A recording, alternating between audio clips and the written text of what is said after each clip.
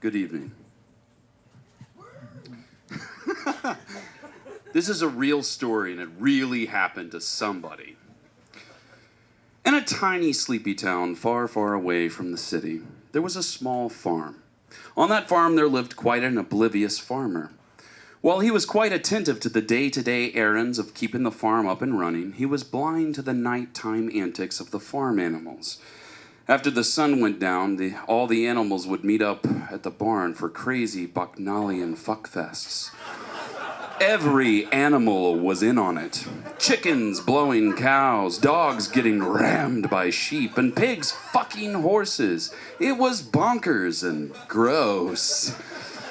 No one could believe that the farmer couldn't hear them going to town in that barn.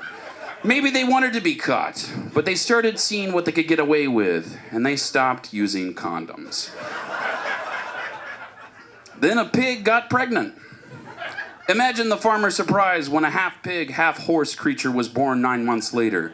He got quite the shock. He wanted to put it down peacefully.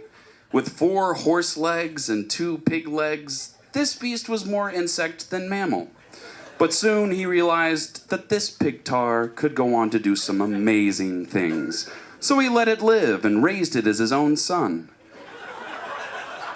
The Pigtaur had a normal childhood. Yes, everyone could see what an affront to God the creature was, but no one was willing to say anything because people are so freaking PC these days.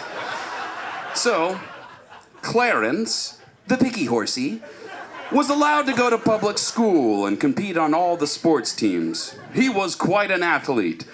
He could run a mile in 2 minutes and eat more hot dogs than anyone because he was such a fat little piggy bum. And those were kosher's best, just to point that out. Because of his talents, he received a full-ride scholarship to Brigham Young University, where he majored in communications with a minor in Horse American Studies. Through this, he was able to get in touch with his roots and learned a lot about what horses have gone through in this country. He wrote his thesis on Mr. Ed and how stereotypes of horses in the media have made it harder for horses to get roles on mainstream television in this modern world. He was just as tolerated as he was in high school, if not more so. After college, he drifted aimlessly through his 20s, as one does. He jumped from internship to internship until he found a nice social media coordinator gig for a network of coffee shops in the big city. However, leaving the safe space of a college campus led to more interactions with bigoted people, and he found himself being passed over for a promotion which went to someone else with way less experience. But he pulled through and was smart enough to not invest all of his self-esteem into his job. He always loved writing, so he started a blog that actually developed quite a following. He mostly discussed the trials of growing up as an interspecial creature in America. He was featured on CNN and Ellen, where he discussed projects he was working on, including a memoir. All the positive attention gave him more confidence, and his life started improving. He met a nice girl, and they fell madly in love. He started writing less so that he could spend more time with her. But she put a stop to that.